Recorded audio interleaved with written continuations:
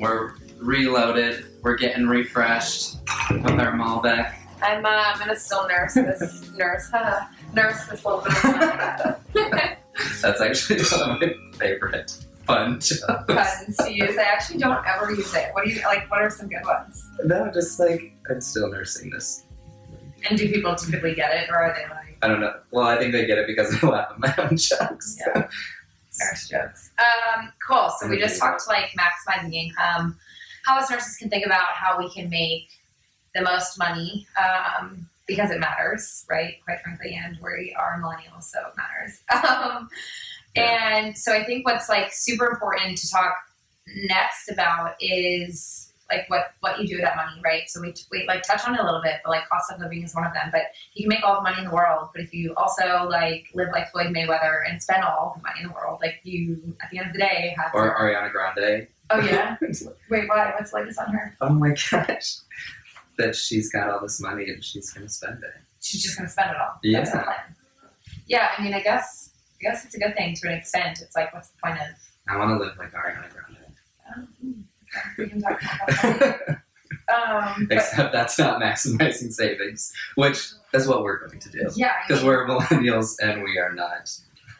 Yeah, I think savings is definitely not a thing for everyone. Like some people are like, I can save when I'm older, or why does it matter to me?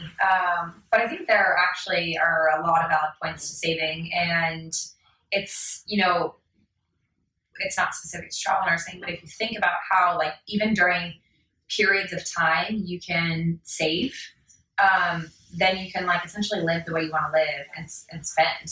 So it's like, even if it's important to think about saving, even if it's not something that you want to commit to long term, but it's like if you save for certain periods of time, then you might not have to save at another point in time. Yeah. Especially since like money begets money. I mean, I think the way some people put it is like rich get richer. But I mean, what it all comes down to is like money makes money. When you save money and have money, you are set up to make more. So how do you save money? Do you have any like? Yeah, I've actually, I think growing up as one of 6 kids, I think I learned this at a really young age, not only maximizing income, and I talked about how I started babysitting really young, but it was like, how did I save that? So it was not someone who went ahead and spent everything that I had right away.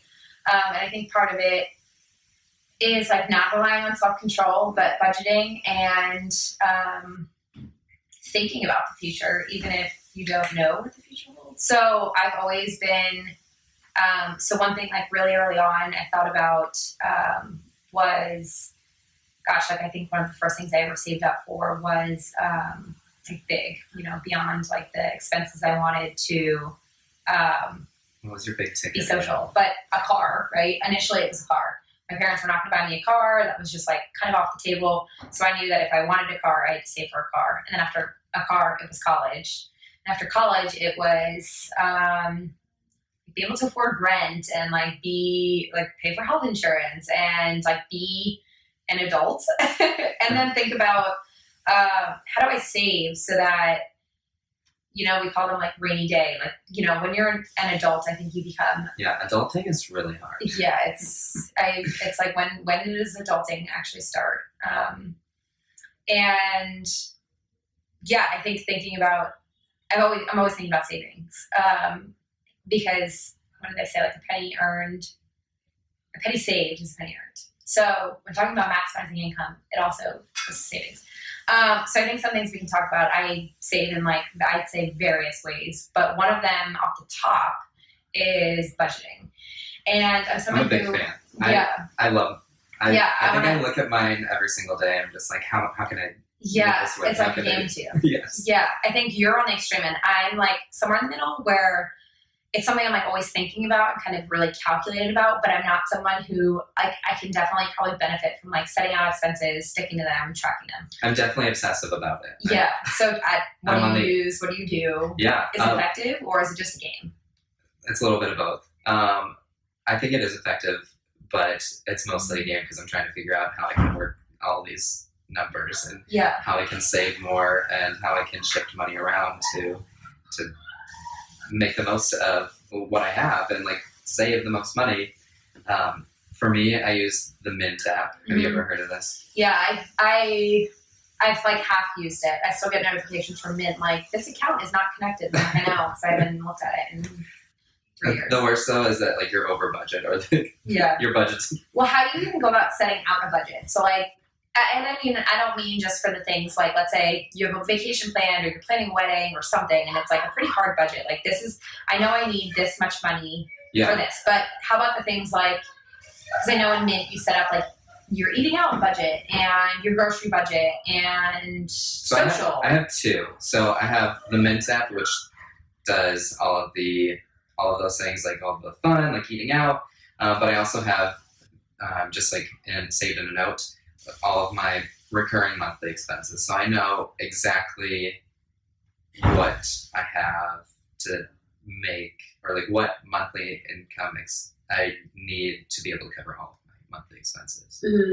So I make sure that because as a traveler, those probably changed, right?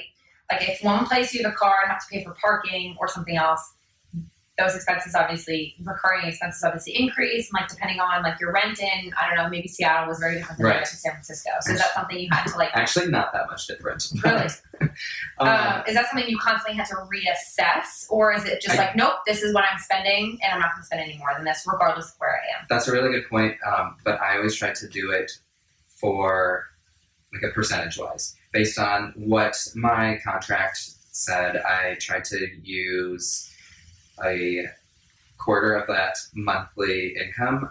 That was what I wanted to maximize, like the maximum amount I wanted to pay for rent in that specific area. Because then I knew at least 1 week's worth of paycheck would cover my rent in that area. And then I would have the other 3 weeks of income that I could cover other expenses or like do fun things. So that's definitely, I think, where you can save a lot of money, and especially because like with traveling, if they're giving you a set amount for your housing and your meals, if you can be under that budget and you don't spend all of it, like that's how you can make, the most out of your situation and save the most money. And I think that's really key when you're looking for your housing.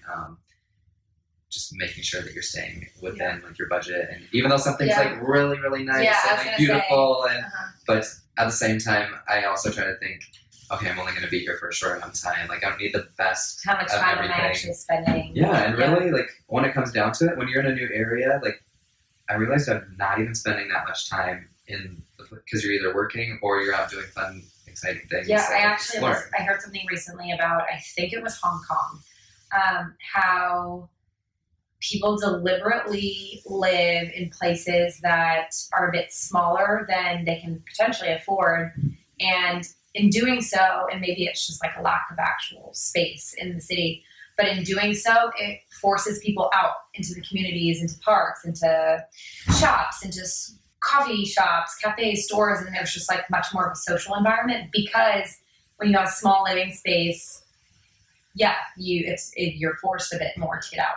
Yeah, I definitely have had that same feeling where being in a smaller space, like I didn't even want to be there, so I was always like out like visiting friends, because I've done all ends of the spectrum where I've like had a really nice place and like realized quickly that's like I don't need all of these different amenities. Like it's kind of overkill for being a travel nurse and you're never home. Yeah.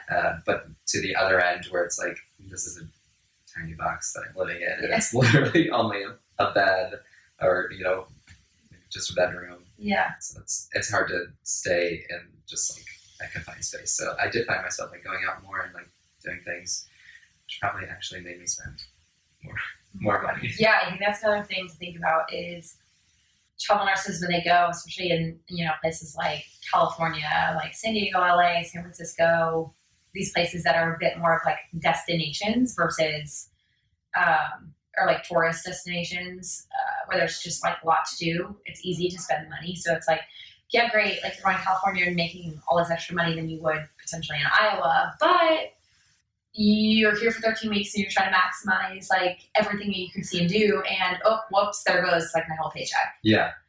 how do you stay like disciplined about that? Is that the Mint app?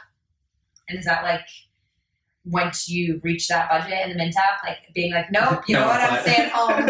I'm on Fun Cheap SF because I have $0 to spend this weekend. But that's a great way to make the most of your stuff, is like finding like Fun Cheap SF, like you mentioned. Like, there's lots so of I'm not the only one on that? No, I love it. Or like Thrillist is another like really fun one where like, and then do you still use Groupon? I do occasionally. I think I unsubscribed because my inbox was absurd, but I actually get a lot of value out of it. I recently rediscovered it because I was trying to like find fun things to do, and just like randomly went on there. I was like, there's still like a lot of like things you can like get out of and like save money doing it. It's like, oh, this would be really fun. And like, yeah, that's definitely a way to save. Cool. Okay, let's take a quick break and we'll talk about tips, tricks, like, you know, things I guess that don't fall neatly into the barrels of maximizing income and maximizing savings. Cool.